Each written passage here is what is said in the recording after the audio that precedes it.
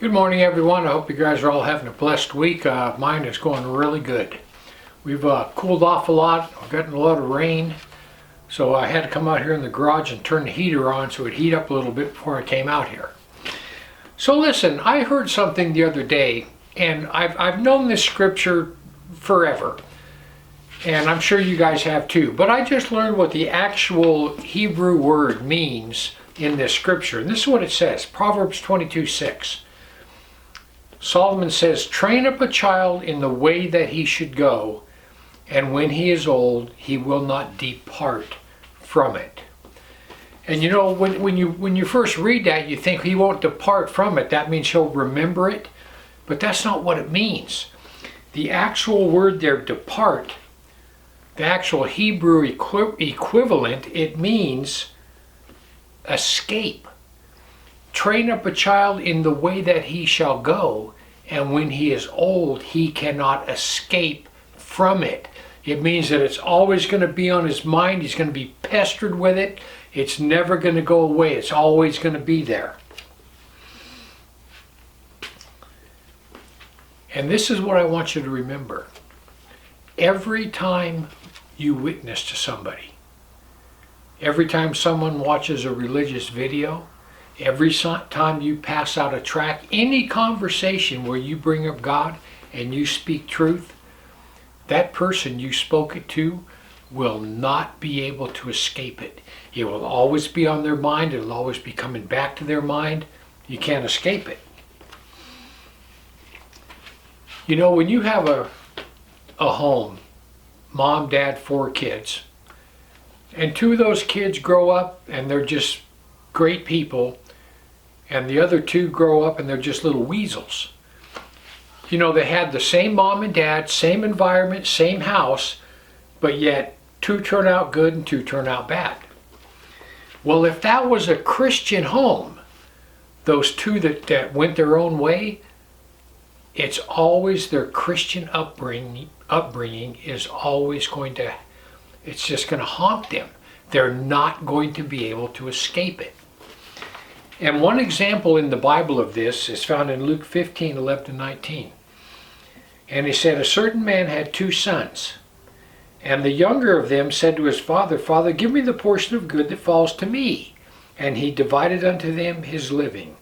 And not many days after that, the younger son gathered it all together and took a journey to a far country, and there he wasted his substance on riotous living. And when he had spent all, there arose a famine in the land, and he began to be in want. And he went and joined himself to a citizen of that country, and he sent him out in his fields to feed swine. And he would have fainted because he was so hungry. He would have ate the husks that the swine were eating, but no one gave him anything. And when he came to himself," see, there you go. When he came to himself, so he finally went, "Oh man, how many of my hired servants of my father's have bread enough and some to spare? And here I perish with hunger." He said, "I will arise and go to my father, and will say to him, Father, I have sinned against heaven and against you. I am no more worthy to be called your son, but make me as one of the hired servants."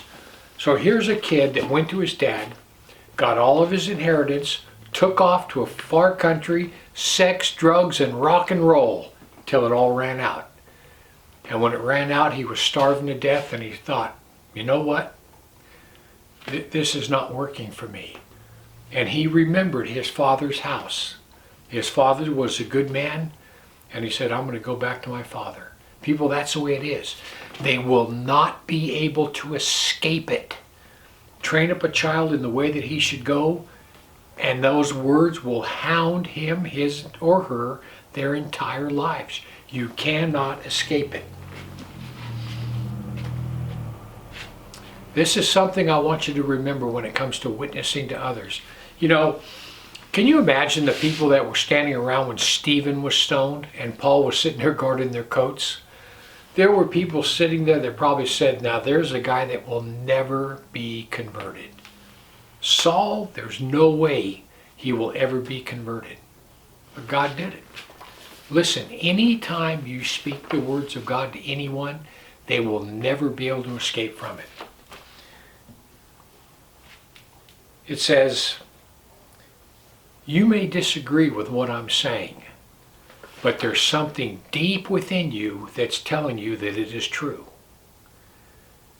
Even if you disagree, you put on a big show, you say, I don't believe that, what a bunch of hogwash, it's not for me. But there's something inside that will always hound you, telling you that these words are true.